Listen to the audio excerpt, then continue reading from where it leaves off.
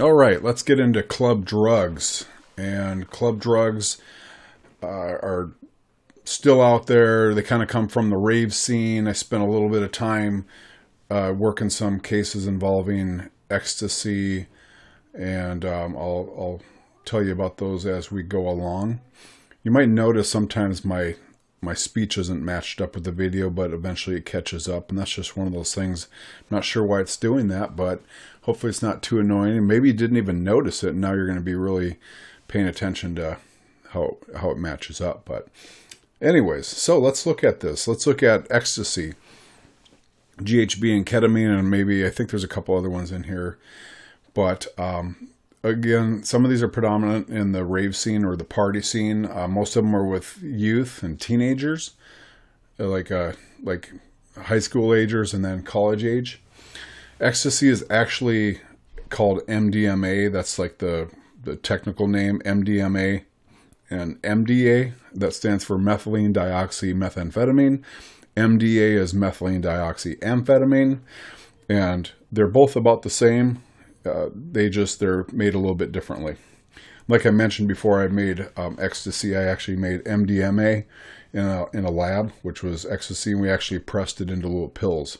I'm not sure if I have a picture of that in my PowerPoint or not, but we actually did make a little pill with an old Chinese pill press machine. And we did this one in Canada, and I think it was because for some reason there was a problem making it in the U.S. I can't remember for sure. It was a long time ago. But so let's go ahead and go through these drugs. GHB is gamma hydroxybutyrate, and that's it's actually like a sedative type drug. It's like a kind of has the same effects of alcohol. And GHB is also known as the new date rape drug, and it's actually really scary, and I'll touch on that when we get to it. And then you have ketamine, which is an animal tranquilizer. It's basically sold in vet supplies, and actually you can make it, and that's what people do is make it from clandestinely. So all these substances are made in clandestine drug labs, and we talked about clandestine drug labs, and we spent most of our time talking about methamphetamine, and that's because, again, like 80% of the labs that were seized and that were in operation, or that like almost 100% of the labs we dealt with in Arizona were actually methamphetamine labs.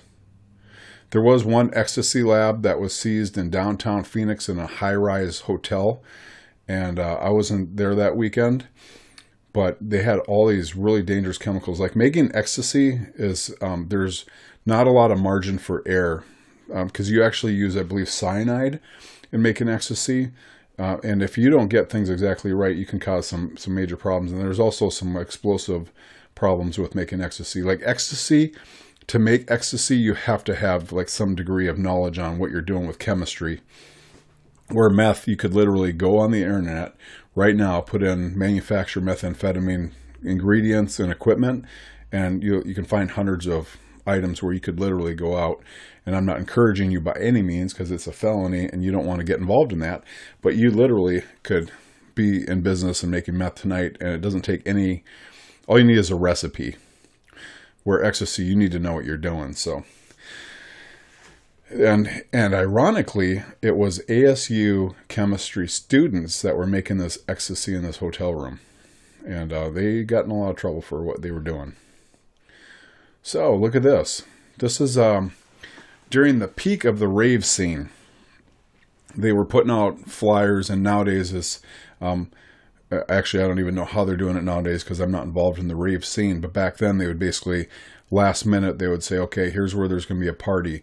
And now that you're kind of a educated and more informed detective with drugs, you can look at this. First of all, what are some clues in here that this thing is pretty messed up? Well, first of all, Matrix Family Entertainment. Family entertainment, like this is for a family, presents E420. What is 420? We know 420 is reference to marijuana, right? What's E? We haven't mentioned it yet, but E is slang for ecstasy. E, hey man, you got any E? So here we have E420, presents E420, after hours every Wednesday. That's a clue. As a matter of fact, Well, it's a clue what's goes on at a rave party, and about 90% of the attendees, at least when I investigated these in the 2000s, year 2000s, there 90% of the people went to these to ingest drugs. It was basically a big drug scene. It was basically a big drug party. And there's your entertainment, the DJ spinning the records. There's all your youth out there. And there's some interesting things that go along with an ecstasy party. They'll use these HEPA filters, or like respirator filters, dust filters, dust masks. And basically what they're doing is they're putting Vicks Vapor Rub in there, because when you're on ecstasy, all your senses are enhanced. So the Vicks Vapor Rub smells really good, and colors are, like, the more colors the better, and that's why they have a lot of the psychedelic like effects with light sticks, and they swing lights, and the smells is just a giant party, right? And so there's a guy with a respirator mask on with Vicks Vapor Rub in there, I'm assuming, and he's spinning light sticks, and because you like all that visual effect. So if you didn't know, ecstasy is a stimulant, and methylene dioxymethamphetamine, actually, it's basically like a weak form of meth. And the MDA, methylene dioxyamphetamine, is like a weak form of amphetamine. So basically these are stimulant drugs, but they're much more milder. They're not, you don't get the effects from methamphetamine where you get paranoia, you're up for days. No, this is a very mild form. Okay, there's some masks on with, again, they like smelling the Vicks Vapor Rub, right? So, like, why do you see pacifiers? Like, why are these grown teenagers, they probably are teenagers, right? Why do they have pacifiers around their neck? Like, what, do they go around sucking a baby pacifier? Well, it's because ecstasy does cause teeth grinding. That's one of the side effects of ecstasy. You grind your teeth. And so if you grind your teeth, you can wreck your teeth. And so they'll put a pacifier in their mouth to help the teeth grinding. And this is kind of one of the scarier aspects and kind of the dark sides of a rave party and ecstasy. So ecstasy is called a love drug. And you might want to remember that, because love drug is going to be in your quiz. Love drug is a slang term, or ecstasy is referred to as the love drug. Why is it called the love drug? That's because you like to be touched and rubbed. So remember your senses are all enhanced. So same thing with your sense of touch. You like to be touched and rubbed. And there are a lot of really strange, nasty, perverted guys that will go out and take advantage of girls, young girls, underage girls that want to be rubbed when they're under the effects of ecstasy. So it's basically like, hey, all you perverts and all you child pedophiles and all you creepy old men or creepy guys or even creepy teenagers, why don't you come on into this party where all the women want to be rubbed? Pretty strange. If I can find it, there's actually a Dateline report where and it was in Arizona, and they actually sent a girl in undercover into some rave parties. And I have shown it over the years. Rave parties are still, they're prevalent. But again, I'm distant from them. I don't get involved in them anymore. But I'm going to put a link down below if I can find it. Let me make a note real quick here. I'm going to pause this. All right, so if I can find that Dateline, the Dateline special edition, I'll put it down below. And it is like maybe 15, 20 minutes, so it's not mandatory watching. But when you see, if you're not familiar with the rave party or the desert parties, like now they're real common in the deserts too, where there'll be hundreds of people, sometimes 1,000 people show up in a desert for a rave party. So if you're not familiar with them, you've never been to one, you want to learn more about it, then definitely watch that Dateline report. And it was based in Arizona, so it's like homegrown, right? All right. So one of the side effects of ecstasy is dehydration and the heating up of the body to extreme temperatures. So because you don't really feel the effects of it. So when you're dancing at a party or in the desert, and you're dancing, you're taking ecstasy, you're not drinking, you're getting really hot. One of the risks is actually causing brain damage from overheating the brain. And there have been situations where brain core temperatures have been recorded at over 100 degrees where it's actually caused brain damage, and people have actually died from it. Again, those are like more extreme cases, and it's probably because the user wasn't taking responsibility for monitoring how their bodies were performing or acting, and their friends weren't, involved either. But it has happened. So this is actually called a cooling room. So at a rave party, they don't allow you to bring in drinks. They don't allow you to bring in drugs, because at least drugs that, alcohol.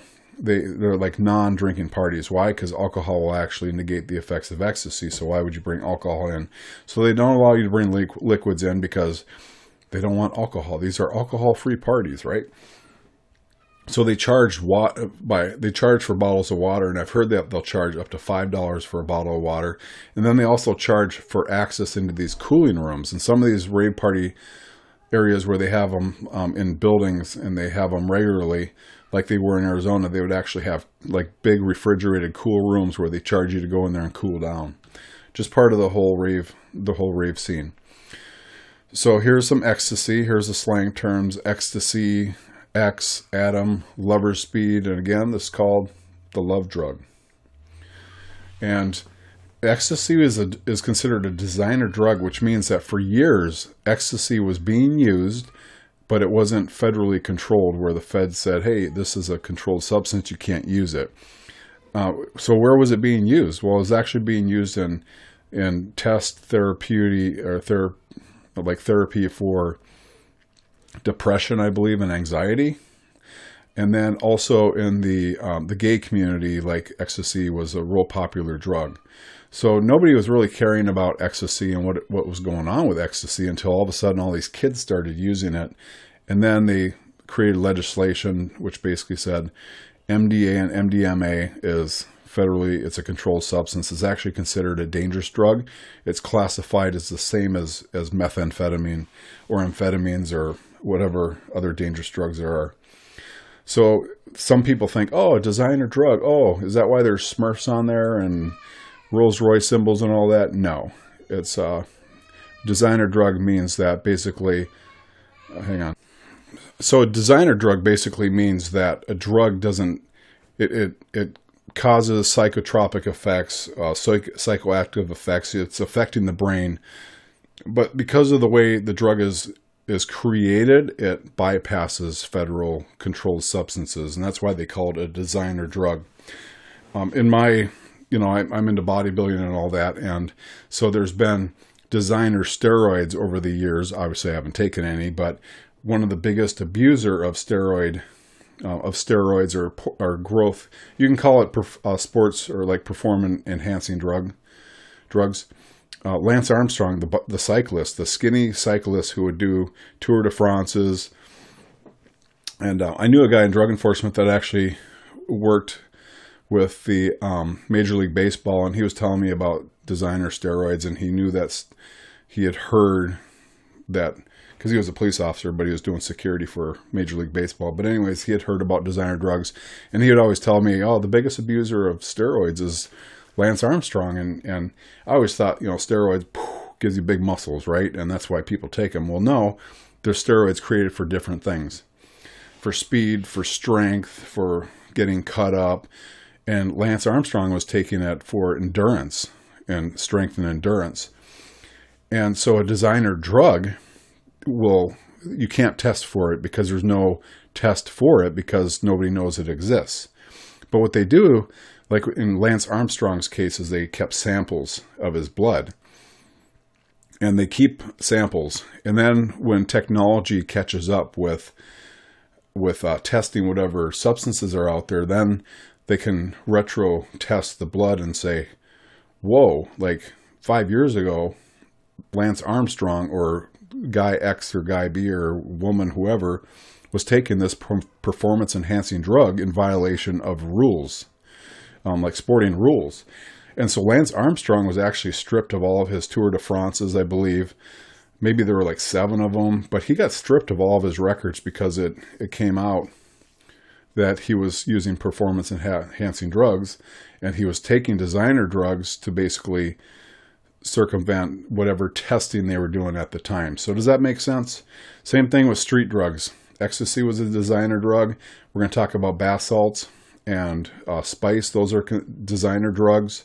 So there's been designer drugs that have come into society, and it just takes a while before legislation will catch up and make laws that prohibit them. So here's ecstasy seized in the Phoenix metropolitan area. And here's just a whole bunch of different type, right? Again, designer drug doesn't have anything to do with the Rolls-Royce symbol, the Smurf, triangles, Ferraris, none of these. Basically, those are just symbols that denote like who made it, what the strength is, and like it's like 1 week Smurfs are good. Like, hey man, you got any Smurfs? Smurfs are good. Smurfs give me a really good feeling. And then a month later, it might be Ferraris. And so it just, the labeling or the logos help on selling it. And look at this, like these look like sweet tarts. So children or youth are much more apt to take something that looks like a piece of candy. I mean, that looks like candy, doesn't it? Now, the drug dealers didn't make ecstasy to look like candy, so more kids would take it. That's just how it ends up being put together. Is it's made like in a lab. It's put in with a binder. It's pressed into a pill, and there you have your ecstasy. I'll just buzz through these. So these Buddhas right here. Have you ever heard of Sammy the Bull, Sammy Gravano, who was an assassin for the Gambino family? I believe it was Gambino family. And he was the first one to ever like turn on the mob. And John Gotti was his boss, but Sammy Gravano actually testified against the Gambino family, put a bunch of mob folks in jail, prison for the rest of their life. And then Sammy Gravano, they did facial surgery on him, gave him a new name, gave him a new identity, and shipped him to Arizona. And he was in the witness protection plan, started a business. But then he started getting involved in ecstasy production, not actually making it himself, but he started getting into distribution.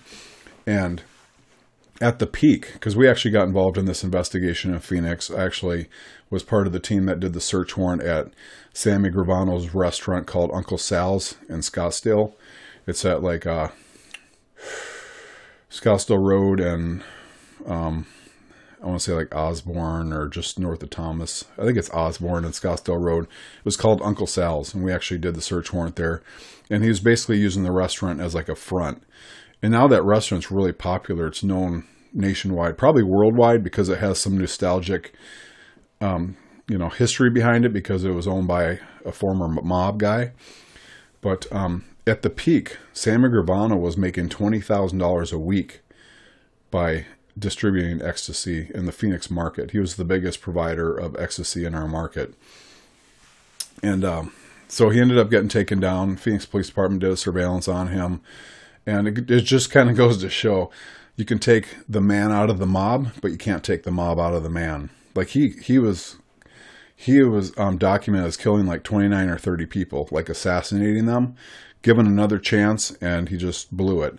So he's actually, I think, in New York City now, serving a life sentence where he had actually killed a police officer years ago, and they brought those charges up. And I think they knew about him, but then he was in witness protection, so they couldn't really bring him out and charge him. But after he did this, they're like, "You're done." So he's in prison now. So these are just some more examples of pills. So gamma hydroxybutyrate. So I actually had heard about this before it became illegal. This was a designer drug again, and it was actually sold at GNC health food stores because bodybuilders would take it, and it was supposed to help you sleep, like get a deeper sleep, and it was supposed to help your body like recover, and so you could grow more muscle. Because if you're not familiar, like when you work out, when you're working out and lifting heavy weights, you're breaking down your muscle, and so the muscle, you actually get stronger when you're sleeping and your body's repairing itself. So bodybuilders were taking this. Well, then kids started taking it, and they found out that when they started looking at it, they're like, no, this is needs to be federally controlled. So they actually GNC had pulled it out well before it was federally controlled, because people were overdosing on it, and they would basically, they were dying from taking it because they took too much of it. So here's a scary thing. Let me see what the next slide is. There we go. 1990 is marketed legally in health food stores. In 1990, they removed it from the stores. And so now, I made GHB. GHB is super easy to make. It's actually like a floor stripper that you use to strip hardwood floors, and you combine it with a couple other chemicals. So it's really easy to make. It's odorless, like tasteless, colorless. And so they'll actually, at rave parties and all that, they'll sell it by the capful. Usually it's like, I want to say it was $1 a capful, or it was $5 a capful. I never went into the rave scene, and I never bought any. It's just what I heard on the street. But they actually put a dye in it so that it looked like something other than water, and so that you could differentiate it from water. Because if you drank it and just thought it was water, all of a sudden you would have some major effects, and you could potentially die, because it's a CNS depressant. So where GHB is really scary, and this is for the girls out there, is GHB is the new date rape drug, and GHB causes like a drunkenness type effect, right? So you're really lethargic, your memory isn't so good. But the scariest thing with GHB is it gets rid of your short-term memory. So guys have used it to rape women. Basically, they've slipped GHB into a woman's drink, and she basically looks intoxicated, and the guy will take her out of the party or out of the bar or wherever they are, and she just looks intoxicated, and he'll rape her. And then when she wakes up, like, she doesn't remember. Like, it's almost like it erases 24 hours of your memory. Like, they don't even remember where they were, who they were with, or what happened. And then also GHB is metabolized by the body really fast. So she might know she was violated, that she was raped, but she doesn't know where she was, who she was with. And so she goes in to get checked at the hospital, and GHB doesn't even show up in the system because it's been metabolized by the body so fast. Does that make sense? Like, the drug isn't showing up in the body. And so this is a real problem. And there's a lot of articles online. Just search GHB, date rape, GHB, like the date rape drug or rape or whatever. And there's plenty of stories out there, even some from Arizona, that happened at ASU. So that's the scariest thing with GHB, other than being a club drug, is women got to watch out. You got to really watch your drinks, make sure you know who you're with, you trust them, things like that. So ketamine, they call it Special K, and it's like a dissociative antiseptic, but basically it's an animal tranquilizer. And so it has a lot of the same effects as like PCP, like phencyclidine, which we'll talk on really briefly, because PCP is mostly prevalent in the Black or African American community. Like, it's not much outside of that community. So Special K, or ketamine, is like a weak form of PCP, and because PCP is a tranquilizer as well, and it's stolen from veterinarian shops. So here's some liquid PCP. I'm sorry, not liquid PCP, liquid ketamine. Special K, reshape your attitude, right? And we have nitrous oxide. Let me pause, and I'm going to grab my little nitrous oxide kit. Well, actually, you can just see it here. So these are called crackers, and there's a cracker right there. So basically, what you do with this is, so if you've ever seen like a pellet gun that has CO2 canisters, they look just like a little CO2 canister, like right here, and they put them in these crackers, and this is nitrous oxide though. And so commercially they use nitrous oxide in whipped cream dispensers, or like your whipped cream in the store, like with the can where you go and spray whipped cream.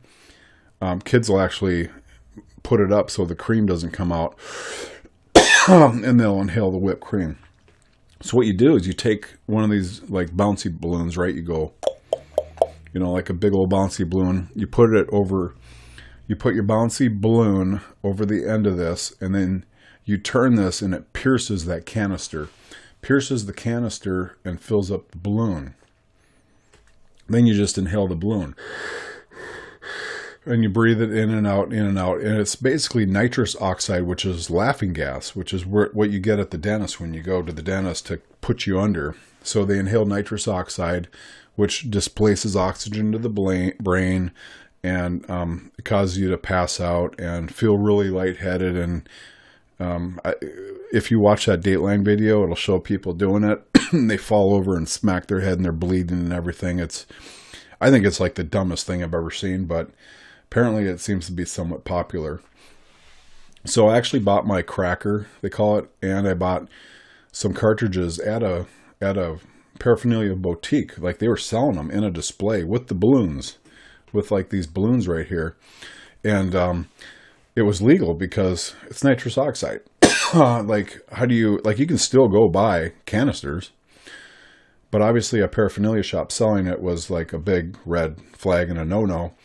Well, what happened is a girl from Arizona she had gone to Colorado, went to a party, and she overdosed. She died on something, and in her system was found, or it was found out at least, that she was using ecstasy and nitrous oxide, and they believe the nitrous oxide caused her to die for some reason. So they created legislation countrywide to make it illegal for stores to sell nitrous oxide to children, essentially. Okay. So nitrous oxide and anesthetic causes euphoria and dizziness, CNS depression, arrhythmia, that's like with your heart, I believe. And of course you can go unconscious. And in some cases you can kill yourself. So at these rave parties, they would actually bring big tanks, like the helium tanks, you get balloons filled up. They'd bring these big tanks of nitrous oxide, and they would have all these balloons. They would have like balloons, and they basically fill up a balloon with nitrous oxide and sell the balloon, I think for like $5 or $10 to users. And then the user would go off and breathe it, all right? So sometimes what these kids were doing, though, is they were hooking up those tanks to like masks, like those air respirator masks, where they were basically feeding it in and getting a constant supply of nitrous oxide. And there's cases where kids have died. So the other scary thing with nitrous oxide, and they don't know why it happens, but if somebody's using nitrous oxide and all of a sudden they get scared, like somebody scares them, like boo, it's called sudden death syndrome or something, SDS, I don't know. They had a name for it, where like kids were dying if like all of a sudden they got scared or shocked or something happened, and it had something to do with the heart and the nitrous oxide, where it would cause sudden death syndrome. Kind of bizarre, but again, those are extreme cases. I mean, it's not the common, it's not common with what happens, but it's obviously a possibility. So there you go. There's a kid filling up sucking in his nitrous oxide. So that is the club drug section, and we touched on some designer drugs in there as well. So again, I'm going to try to find that video and link it below. If you have time to watch it, great. If not, take the short quiz, and we're going to move on to the next section. See ya on the other side.